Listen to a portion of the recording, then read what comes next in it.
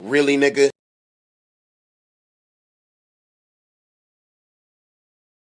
Oh shit. Here we go again.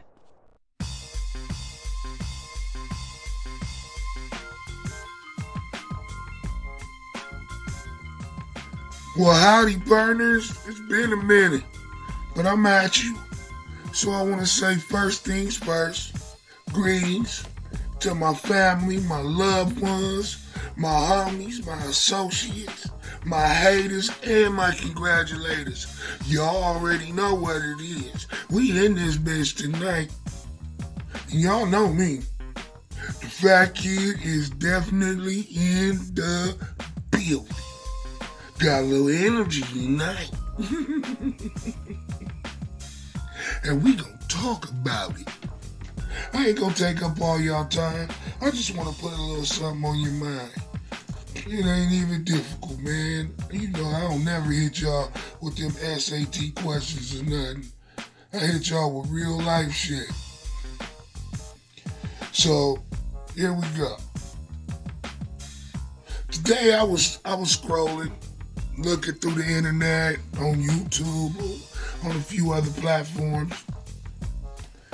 And I kept running in to the same narrative over and over and over. Well, besides Young Dolph, rest in peace, Young Dolph. I hate to see what happened to you, family. But the narrative I'm talking about is the fact that these rappers are selling their soul and are joining the Illuminati or some craziness like that. And I'm like, what? Where is this coming from? Who figured out that the powers that be, or whatever we gonna call them, the oppressors, decided the best way to roll out the new world order, the best way to roll it out on the planet is through hip hop, rap,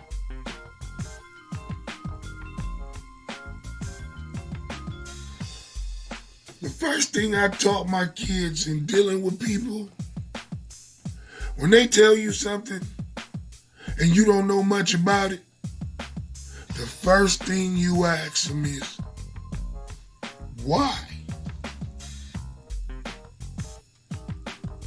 That's like throwing a pebble in front of a skateboard. They don't usually know how to answer that. They'll usually answer it with a question or some phenomenal statement that somebody else told them.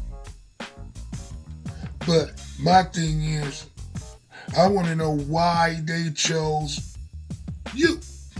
Why they chose hip-hop out of all the other genres and things in the world where they could have rolled it out in a bigger way towards mainstream. They decided that, no, I'm going to go through Jay-Z.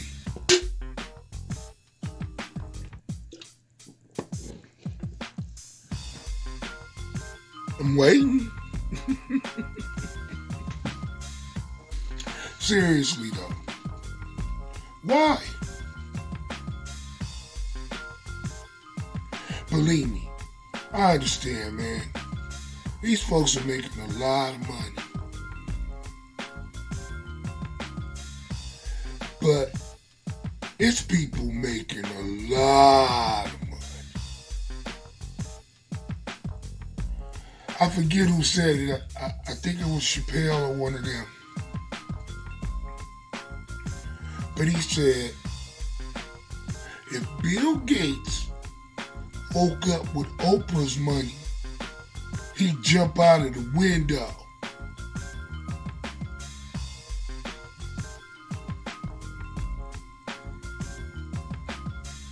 Need I say more? One of the worst things you can do as a human being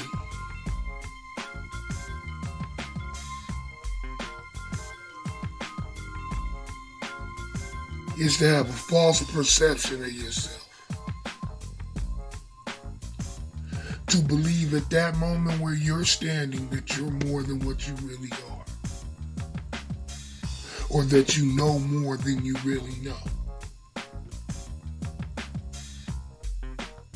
Not saying that you can't become that. But whatever you know at that moment, you think you know more. No. Like Tumbo say. It don't work like that, folks. These people just trying to get their money, man. And y'all buying into it, keeping their name going. But that shit is comic book, man. Putting babies on altars, drinking blood and all that. Man, I was in the rap game. And I know everybody say that. I'm not saying I was Eminem or 50 Cent or nobody. But I got signed to a major. I wrote a gold single for Eazy-E. I think it's gold or platinum, one of them. I wrote for Silky Fine. What's up, Ma? And I ended up getting caught in the streets. Did my time. Learned some things while I was in there. Learned some things about myself. And when I got out, I knew what I needed to do. And the first thing I did was use my connections to become a celebrity security. I've been with so many rappers. Man, I took out Akon. I can't even think. I took out Lil Kim before. I took out a lot of people. I was with Paris Hilton for quite a while. I was with Steve-O. That's my brother now.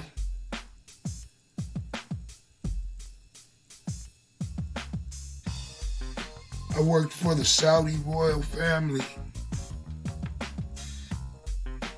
I've been a fly on the wall in some rooms that a lot of people, that a lot of rap people, superstars, wouldn't have access to.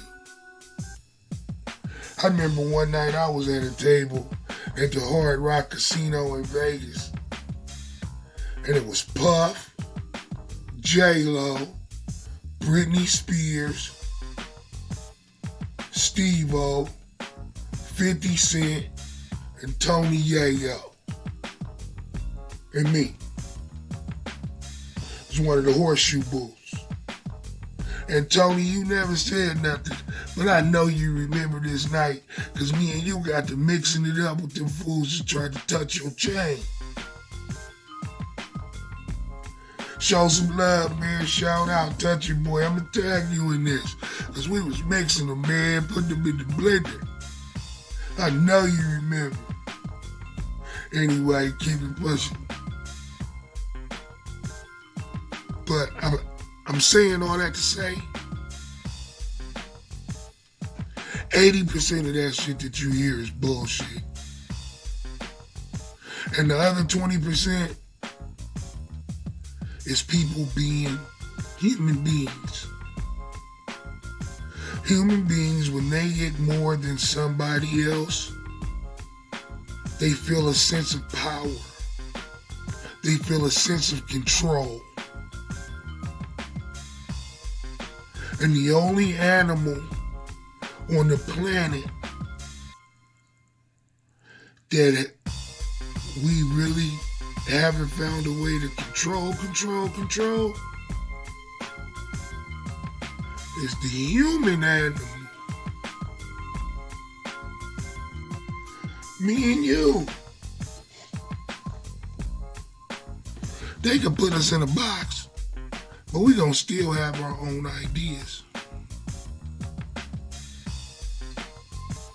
That's why we think that they have plans, and we try to figure out what the plan is. That's that thing in us as humans that other animals don't have. They have instincts, but they don't have the desire to figure shit out that we do.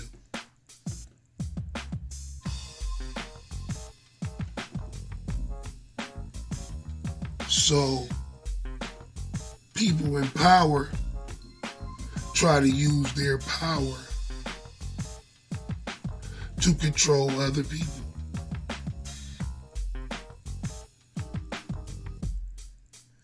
But if you want to be a rapper and you think that's your only way out of your situation, or being an athlete and you think that's the only way out of your situation, I hate to tell you that 85 or 95% of y'all gonna end up right where you at.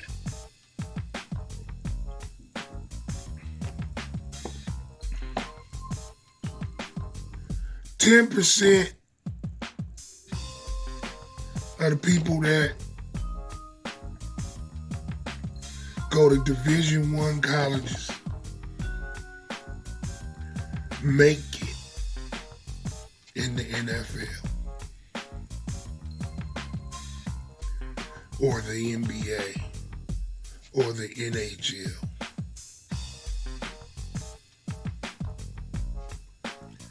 And 10%, maybe even 5%, somewhere between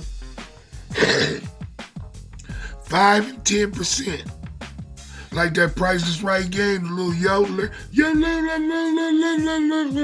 And you gotta stop it. I stop it at like 6.5%. Get the real money. Get the LeBron money. Get that Tom Brady money.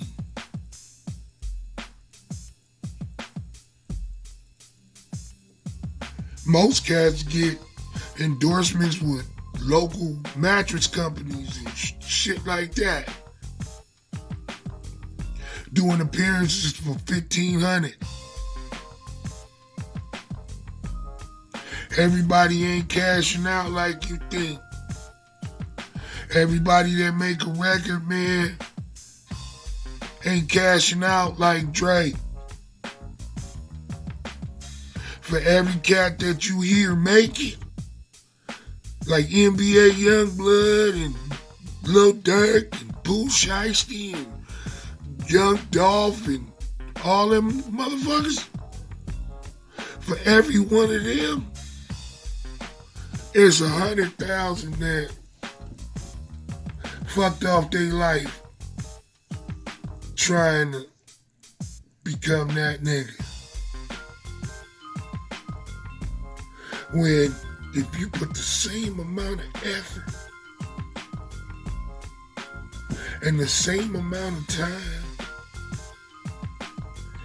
into becoming a doctor or a lawyer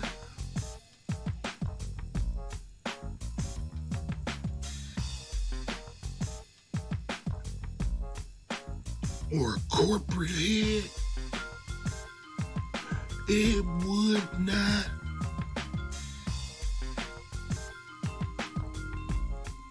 be a tryout or a coach cutting you. No! You do the work, you pass the classes, you do your internship, and show them that you know how to do that shit, and then you're a doctor. Pass the final test. That's it. In sports and in entertainment,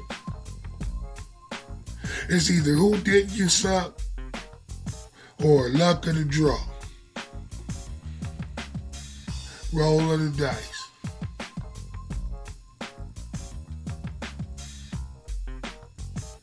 Life sucks out the gate because where you're born and who you're born to and the situation that you're born into is purely luck of the draw.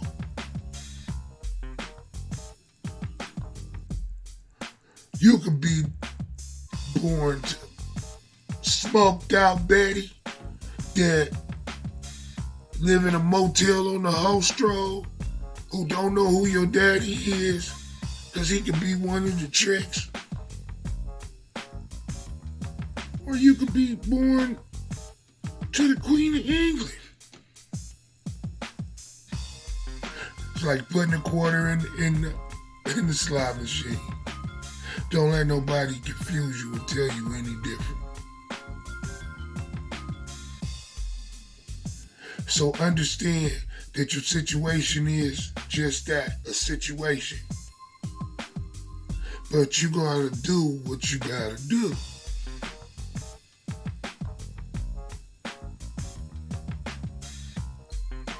I done sat here and got blown. But I hope what I'm saying is getting through to y'all, man. Life is hard, man. But if you look at it like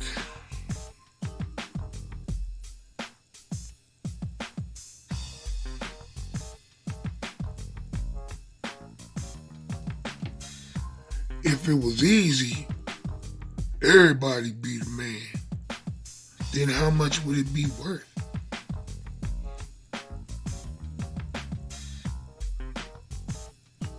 Peace and love. And remember, one thing will never change. We all neighbors. Peace.